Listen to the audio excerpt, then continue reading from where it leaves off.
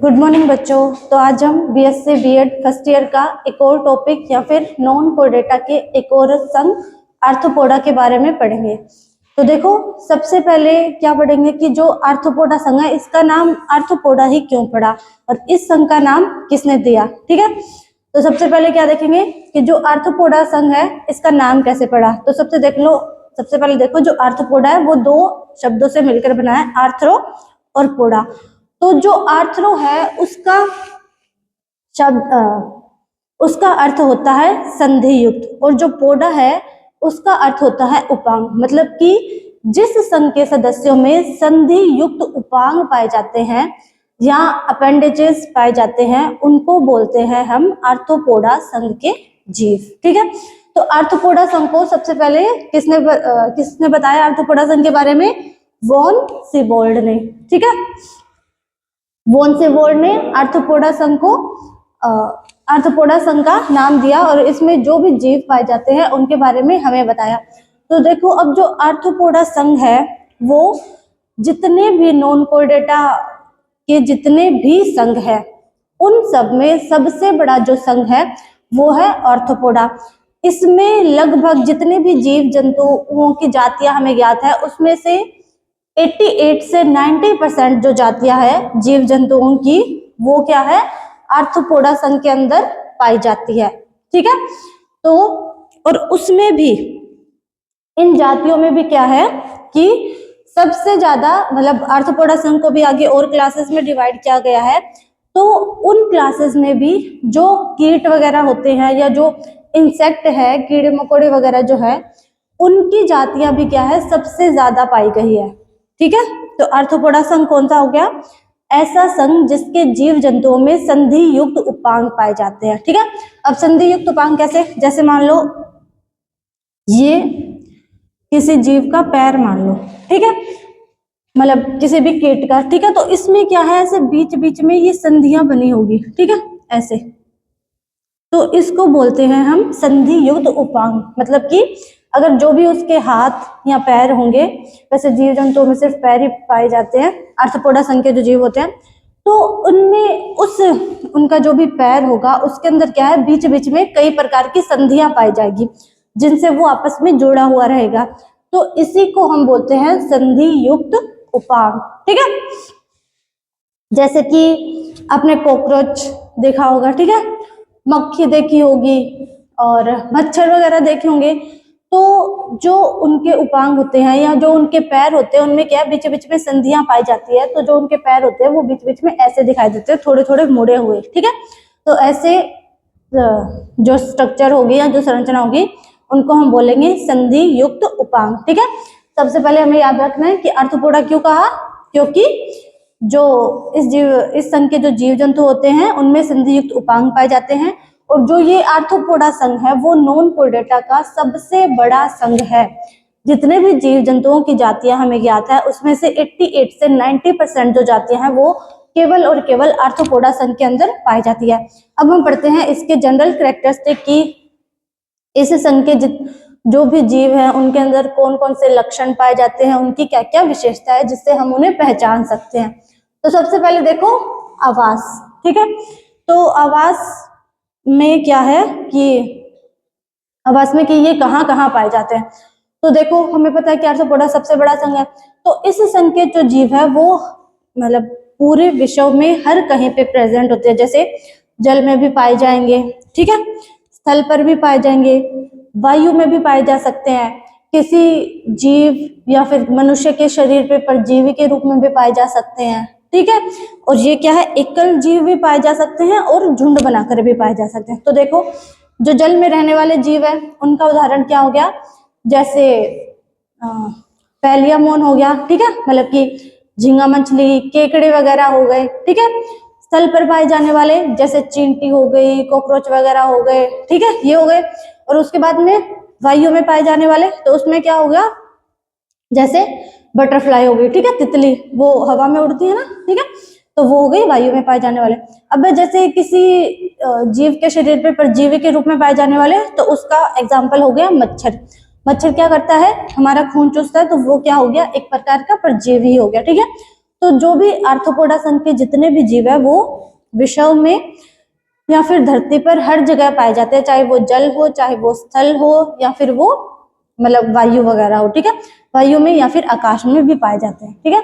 अगला है, इनका जो शरीर है वो त्रिस्तरीय होता है। तो देखो त्रिस्तरीय का क्या मतलब है कि जब भी नर युग्मक और मादा युग्मक के संयोजन से जब युग्मनज बनता है तो वो युग्मनज क्या है, उस युग्मनज को आगे विकसित जीव में परिवर्तित होने के लिए क्या है, लगातार कोशिका विभाजन करना पड़ता है। युग्मनज क्या होता है, बेसिकली एक कोशिका होती है, तो वो कोशिका क्या करेगी, हर बार अपने अंदर विभाजन करेगी, ठीक है। पहले एक कोशिका से 2 कोशिका बनेगी, फिर 2 से 4, 4 से 8, 16, 32 ऐसे चलते रहेगी, ठीक है। तो जब क्या होता है कि युग्मनज में मतलब कई बार जब कोशिका विभाजन हो जाता है और उसके फलस्वरूप क्या है, जब बहुत सारी कोशिकाएं बन जाती है तो वो कोशिकाएं क्या करती है, कई स्तरों के रूप में इकट्ठी हो जाती है या फिर व्यवस्थित हो जाती है। जैसे देखो ये हो गया, ठीक है, तो कई कोशिकाएं क्या करेगी, जैसे इस वाले स्तर में इकट्ठी हो गई, ठीक है। फिर एक और स्तर हो गया कोशिकाओं का, इस वाले स्तर में भी क्या बहुत सारी कोशिकाएं इकट्ठी हो गई है, ठीक है, ऐसे। फिर इसके बाहर एक और स्तर होगा, इसमें भी क्या है, बहुत सारी जो कोशिकाएं हैं वो अलग अलग स्तरों में व्यवस्थित रूप में इकट्ठी हो जाएगी, ठीक है। तो ऐसे मिलकर कोशिकाएं क्या करेगी, 3 स्तरों का निर्माण करेगी, ठीक है। ये पहला स्तर सबसे बाह्य स्तर, बाह्य, दूसरा वाला मध्य स्तर और अंदर वाला हो गया अंत स्तर। तो अब जो ये तीनों स्तर है कोशिकाओं के, इनको हम बोलेंगे जनन स्तर, ठीक है। बाद में हर एक स्तर की जो कोशिकाएं हैं उनमें क्या है कि जैसे ये बाह्य जनन स्तर की कोशिकाएं होगी तो इनसे क्या है, आगे चल के अलग अंगों का निर्माण होगा।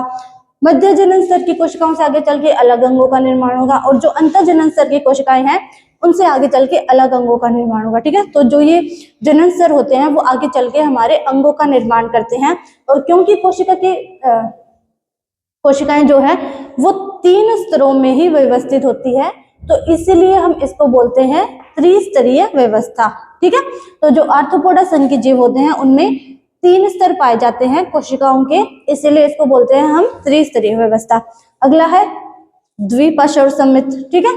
तो देखो द्विपार्श्व सममित क्या होता है, सममिति पहले समझते हैं कि सममिति क्या होती है। सममिति होती है कि कोई भी जो जीव है या कोई भी वस्तु है उसको क्या है, उसके 2 बराबर भागों में बांटना, उसको बोलते हैं सममिति। अब की द्विपार्श्व सममिति क्या होती है, तो कोई भी वस्तु या अगर कोई भी जीव है तो उसको उसके शरीर से गुजरने वाली सिर्फ अगर एक ही काट द्वारा 2 बराबर भागों में बांटा जा सके तो उसको बोलते हैं हम द्विपार्श्व सममित। अब जैसे मान लो ये कोई वस्तु हो गई या कोई जीव हो गया, इसको इसके शरीर से गुजरने वाले सिर्फ एक ही काट द्वारा हम 2 बराबर भागों में बांट सकते हैं, तो इसीलिए इस प्रकार की सममिति को हम बोलते हैं द्विपार्श्व सममिति, जिसमें क्या होता है कि जंतु के शरीर से गुजरने वाली सिर्फ एक ही काट द्वारा उसे हम 2 बराबर भागों में बांट सकते हैं, ठीक है। ये हो गया द्विपार्श्व सममित। अब है अंग तंत्र स्तर।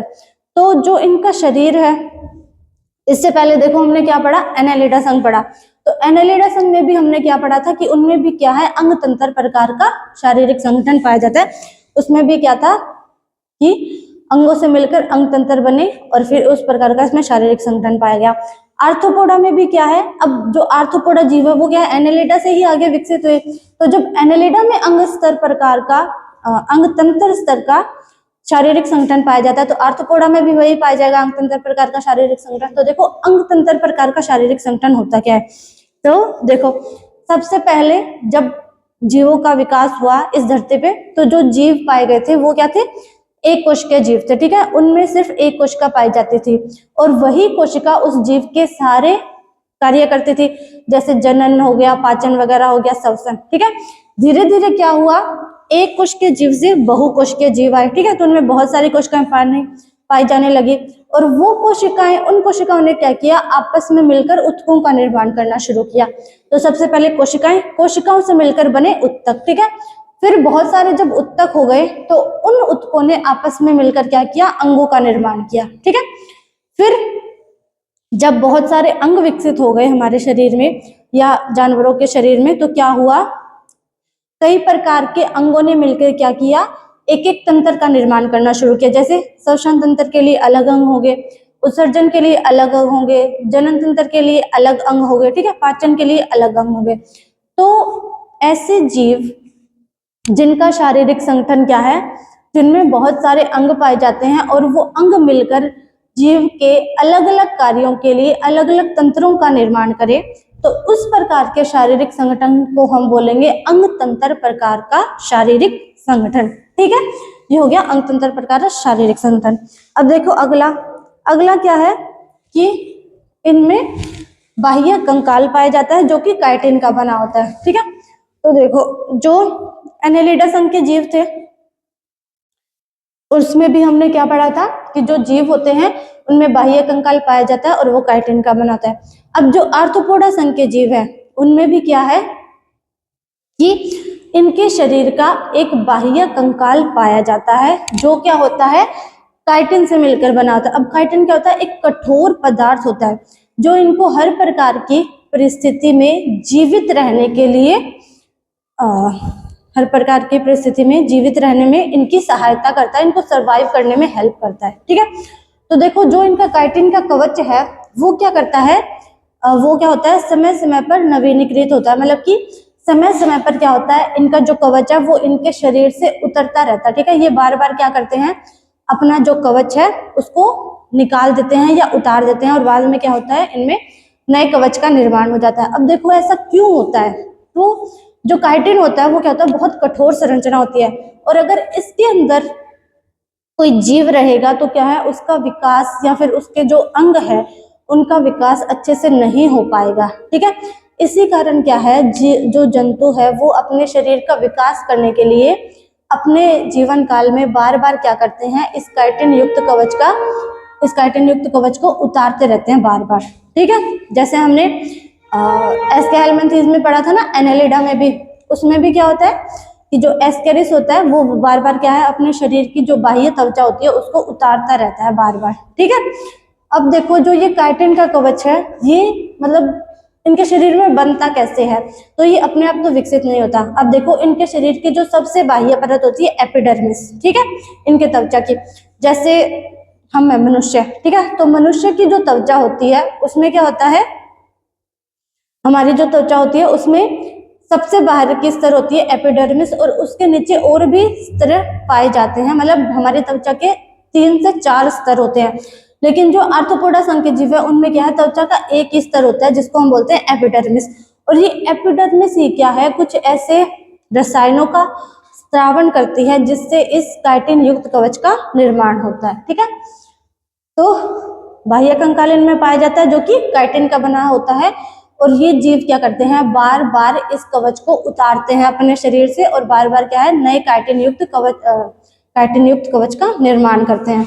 अगला है खंड युक्त संधि युक्त उपांग पाए जाते हैं। तो अब देखो जो हमने आर्थ्रोपोडा से पहले पढ़ा एनेलिडा संघ, तो एनेलिडा संघ में क्या था, जो जीव था उसमें पूर्ण रूप से या फिर वास्तविक खंडी भवन पाया जाता था। उसमें क्या था कि जो जंतु का शरीर है वो बाहर से भी खंडों में बंटा होता है और अंदर से भी जो उसके अंग है वो अलग अलग खंडों में अलग अलग अंग पाए जाते हैं या 2 खंडों में सेम अंग भी पाए जाते हैं, एक से ज्यादा बार। ठीक है, तो उसका शरीर क्या था, एनेलिडा संघ के जानवरों का बाहर से भी और अंदर से भी दोनों तरफ से क्या था, खंडों में बंटा था, इसलिए उसमें वास्तविक खंडी भवन पाया जाता था।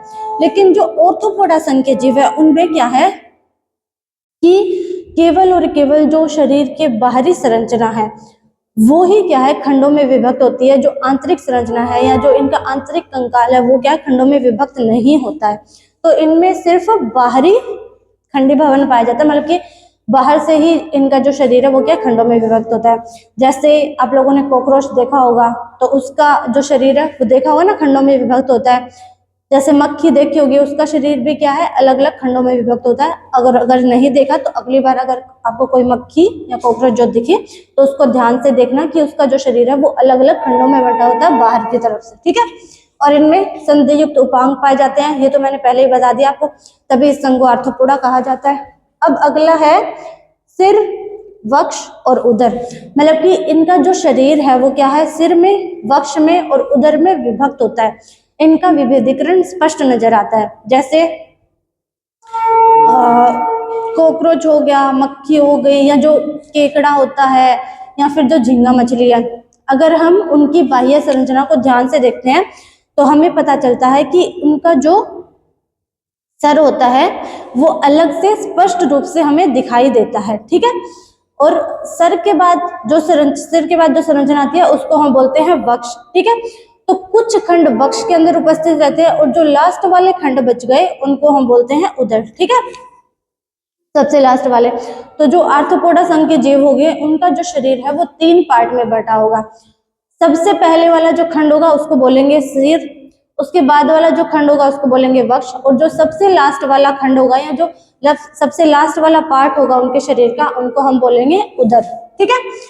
अब है कि इनमें रेखित पेशियां पाई जाती है जो कि ऐच्छिक होती है और ये शीघ्र संकुंचन का कार्य करती है, ठीक है। तो देखो, अब कोई भी जीव है, ठीक है, उसको गमन तो करना ही पड़ता है, ठीक है, अपनी आवश्यकताओं को पूरा करने के लिए या भोजन वगैरह की खोज के लिए, ठीक है। तो देखो, गमन के लिए ज्यादातर क्या होता है कि पेशियां पाई जाती है, ठीक है, जैसे हमने एनेलिडा में पढ़ा और एनेलिडा से पहले एस्के हेलमिंथेस में भी पढ़ा था कि उनमें पेशियां भी पाई जाती है, लेकिन उनमें गमन के लिए और विशेष गमनांग भी अलग से पाए जाते थे, लेकिन पेशियां तो पाई ही जाती है गमन के लिए, ठीक है। तो जो आर्थ्रोपोडा संघ के जीव है उनमें क्या है, गमन के लिए सिर्फ पेशियां ही पाई जाती है। इन मतलब पेशियों के अलावा कोई भी और गमन अंग नहीं पाए जाते हैं विशेष प्रकार के, ठीक है। तो पेशियों में भी इनमें क्या है, रेखित पेशियां पाई जाती है, ठीक है, जो कि क्या होती है, ऐच्छिक होती है। अब ऐच्छिक पेशियां कौन सी होती है कि जो जब मनुष्य की इच्छा होगी, ठीक है, तभी वो पेशियां काम करती है, ठीक है। अब जैसे मान लो हम खड़े हैं, ठीक है, अगर हमारा मन नहीं है तो हम खड़े रहेंगे, लेकिन अगर हमारा मन है तो हम क्या करेंगे, चलना शुरू कर देंगे, तो हमारी पेशियां क्या है, वो भी अपना काम करना शुरू कर देगी, हमें चलने में सहायता करेगी।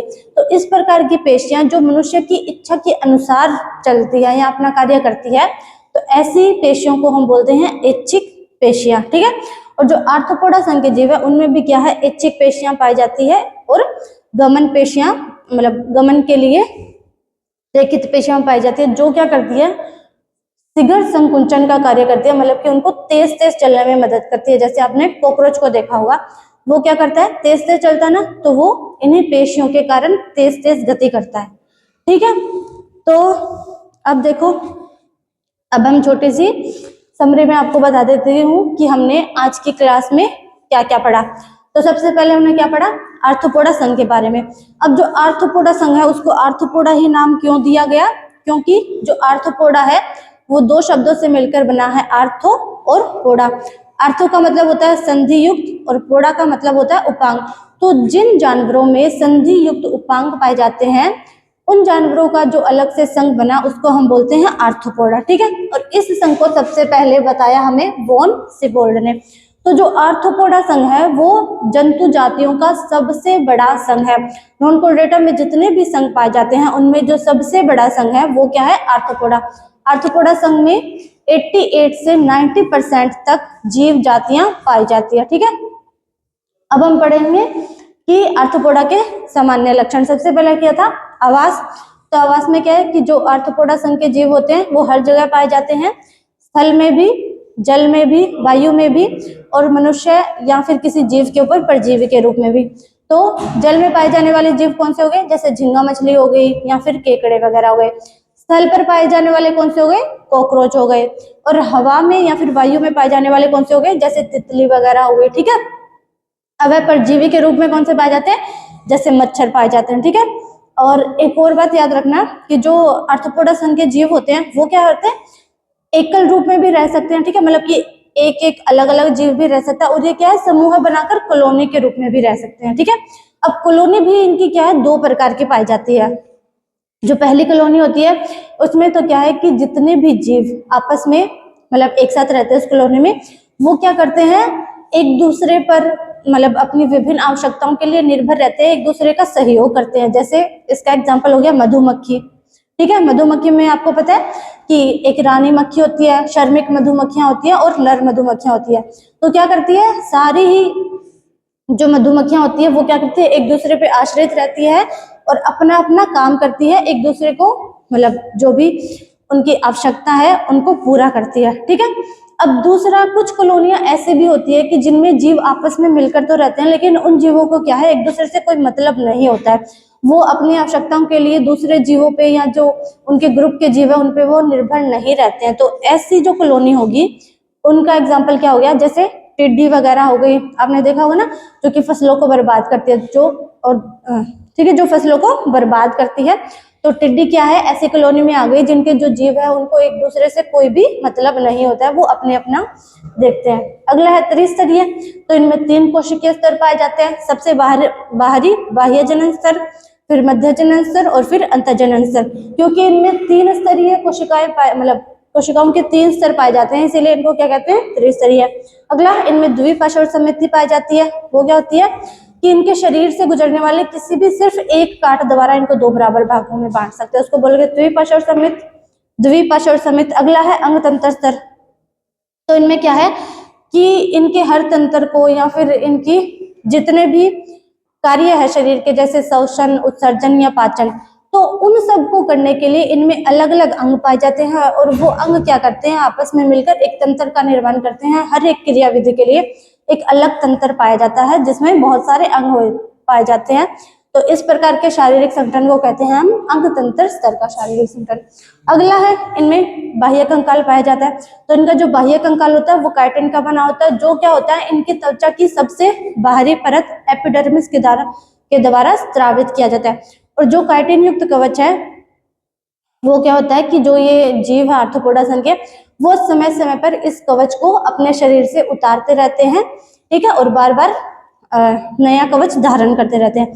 तो उतारते क्यों है, क्योंकि जो ये कवच होता है वो बहुत ज्यादा कठोर होता है और जब इस कवच के अंदर कोई भी जीव रहता है तो उसको क्या लगता है कि एक डब्बे जैसा ये कवच लगता है, जिससे क्या होता है कि उस शरीर का जो शारीरिक विकास है वो अच्छे से नहीं हो पाता है। इसीलिए वो जीव क्या करते हैं, बार बार इस कवच को उतारते रहते हैं और जब उनका शरीर विकसित हो जाता है तो ये कवच दोबारा वो विकसित कर लेते हैं। अगला है खंडयुक्त संधियुक्त उपांग। तो जो इनमें खंड है वो सिर्फ क्या है, बाहरी स्तर पर या फिर सिर्फ बाहर से देखने पर बाह्य कंकाल में हमें दिखाई देते हैं कि इनका जो शरीर है वो सिर्फ बाहरी तौर पर खंडों में विभक्त होता है, आंतरिक रूप से इसमें कोई भी खंड नहीं पाए जाते हैं। अगला है, जो इनका शरीर है वो 3 भागों में बंटा होता है। सबसे पहला भाग सिर, उसके बाद वक्ष और जो सबसे लास्ट वाला भाग होता है उसको हम बोलते हैं वक्ष। अगला है, इनमें रेखित पेशियां पाई जाती है जो कि क्या होती है, ऐच्छिक प्रकार की होती है, जीव की इच्छा के अनुसार ही वो कार्य करती है। और इन ऐच्छिक पेशियों से क्या होता है, ये स्टिगर संकुचन करते हैं या फिर गमन का कार्य करते हैं। तो ठीक है बच्चों, आज हमने जितना भी आर्थ्रोपोडा संघ में पढ़ा उसका आप रिवीजन करना। ठीक है। और आगे जो भी इसके लक्षण रह गए, जो इनके तंत्र वगैरह रह गए, पाचन तंत्र, उत्सर्जन, तंत्रिका तंत्र, जनन तंत्र, वो हम आगे की क्लास में पढ़ेंगे। ठीक है। आज के लिए इतना ही।